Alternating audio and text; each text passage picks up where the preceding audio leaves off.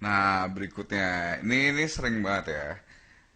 Jadi gini, dari tadi kita bicara tentang konsep diri dan sebagainya. Intinya, gue bicara tentang bagaimana lo bisa melakukan apa ya, manipulasi lah atau rekayasa atau rekonstruksi terhadap pikiran lo. Ya, kita bahasa yang keren aja deh, rekonstruksi. Jadi, pemikiran-pemikiran yang lo punya itu bisa lo rekonstruksi. Lo adalah programmer buat diri lo sendiri, ya bahasanya gue gitu. Gue selalu bilang lo adalah programmer. Lo adalah andaikan diri atau kehidupan lo adalah sebuah film. Lo tuh adalah penulis naskahnya, lo tuh direkturnya gitu, lo sutradara dan penulis naskahnya. Jadi lo bisa menentukan sendiri kehidupan lo, pola berpikir lo, sifat-sifat lo dan sebagainya lo tentuin sendiri. Oke? Nah, kita bisa melakukan hal ini kan? Nah, disinilah berdasarkan research, gue baca banyak banget research yang terbukti bahwa mind conditioning atau mind apapun namanya, yang paling seringnya gue sebutnya mind conditioning, bagaimana mengolah pemikiran lo. Ada berbagai macam teknologi canggih ya, ada yang terbarunya yang NLP, ya, Neural Linguistic Programming. Bagaimana pikiran lo itu diprogram oleh diri lo sendiri untuk menciptakan kondisi yang lo inginkan. Itu bisa dilakukan dengan cara seperti itu, ya. Penelitian itu berkali-kali ada bahkan kalau ada yang bilang kan ada apa? Jadi gini, ada dua orang. Yang satu fitness secara serius selama 6 bulan, 3 bulan, 3 sampai 6 bulan. Yang ini nggak fitness tapi membayangkan doang apa yang dilakukan sama si ini atau ngeliat doang. Akhirnya efeknya apa? Yang ini ototnya 50% jadi. Ya nggak jadi kayak gini, ini 100%. Tapi tanpa ngapa-ngapain dia ternyata jadi. Berarti efeknya apa? Berarti mind conditioning ini berpengaruh luar biasa terhadap badannya dia secara fisik. Makanya kita kan sering banget tuh ngeliat banyak loh dokter sekarang bilang bahwa penyakit tuh banyak bisa disembuhkan dengan cara yaitu tadi mind conditioning tadi. Karena kebanyakan penyakit itu masalahnya banyak yang psikologis ternyata. Ini temuan ya, ini riset serius loh. Makanya kenapa banyak akhirnya orang sakit bisa sembuh cuman dengan sugesti, dengan berpikir, dengan percaya bahwa bisa disembuhin. Kenapa? Ya mungkin, ini menurut gue mungkin. Karena mungkin kan seluruh badan kita dikendalikan oleh otak kan. Otak ada bagian yang sadar, ada bagian nggak sadar. Nah sekarang kalau bagian-bagian nggak sadar ini juga dijadiin disadarin dan kita terus menerus bagian nggak sadarnya itu kita terus menerus kita bombardir dengan hal yang sadar, kita percaya bahwa ini bisa sembuh, percaya bahwa kita cerdas, percaya bahwa apa, percaya bahwa ini itu dan sebagainya. Akhirnya mungkin ya gue bilang ya tadi itu teori gue sendiri belum tentu secara saintifik benar tapi menurut gue mungkin seperti itu kerjanya. Otak kita menyuruh berbagai macam bagian dari tubuh kita untuk akhirnya jadi sembuh, akhirnya jadi sehat dan sebagainya gitu. Jadi mind conditioning berarti pikiran lo bisa mengubah berbagai macam tentang diri lo sendiri. Oke. Nah, berarti kalau gitu konsekuensinya apa? Konsekuensinya di sini kebetulan nih gue lagi ngomong pas lagi bulan puasa nih ya. Nah, rekamannya pas lagi bulan puasa. Jadi gue bikin istilah aja. Puasa pikiran. Nah, artinya apa?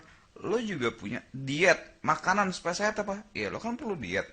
Makanan jangan yang berlemak, makanan yang kurangi kolesterol, jangan yang terlalu banyak gula supaya nggak diabetes dan sebagainya. Pikiran juga sama. Itu juga ada diet. Diet pikiran. Kenapa mesti ada diet? Ya iyalah, coba kalau pikiran-pikiran lo diisi sama isian yang ya udah diisi yang nggak bener, merugikan atau apa kayak namanya, ya pokok pikiran-pikiran begitulah ya istilahnya.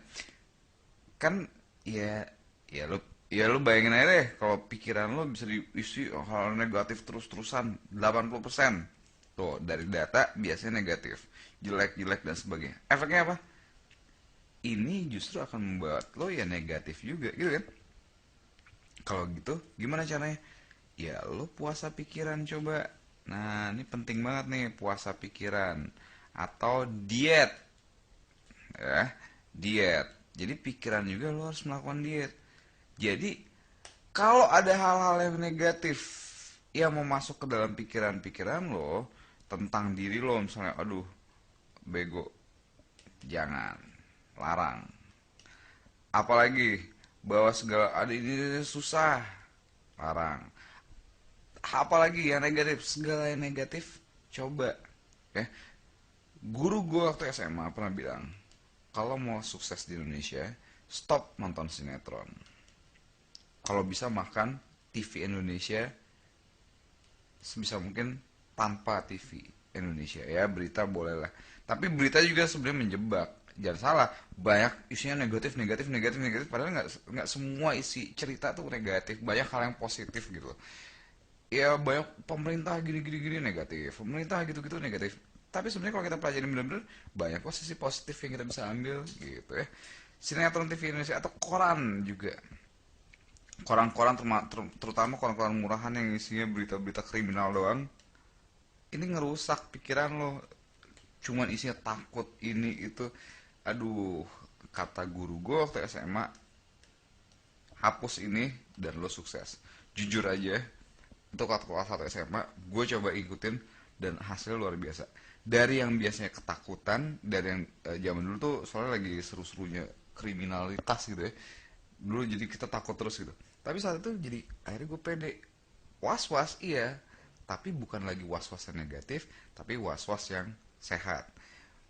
Terus dengan tidak menonton sinetron, nggak lagi, ya apa ya, karena jujur aja ya, ini jujur, di dalam sinetron itu banyak, kalau lo perhatiin banyak komunikasinya itu sebenarnya itu sangat tidak cerdas.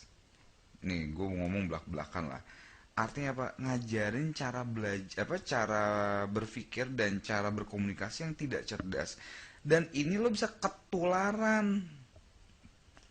Itu penting banget loh, jangan salah.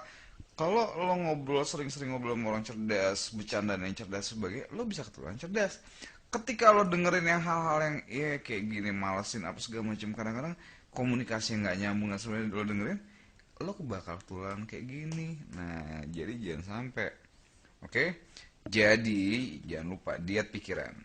Masukin hanya sementara ini selama 6 sampai 8 bulan ke depan lo menuju SNMPTN. Apa yang masuk ke dalam pikiran lo, hanya izinkan hal-hal yang cuman mendukung atau positif untuk ngebantu lo lulus. Kalau untuk hal-hal yang lo nggak ngebantu lulus, sementara sorry dari Mori man, jangan diizinin untuk masuk pikiran lo dulu. Oke? Gitu ya konsepnya ya. Ubah kebiasaan puasa pikiran.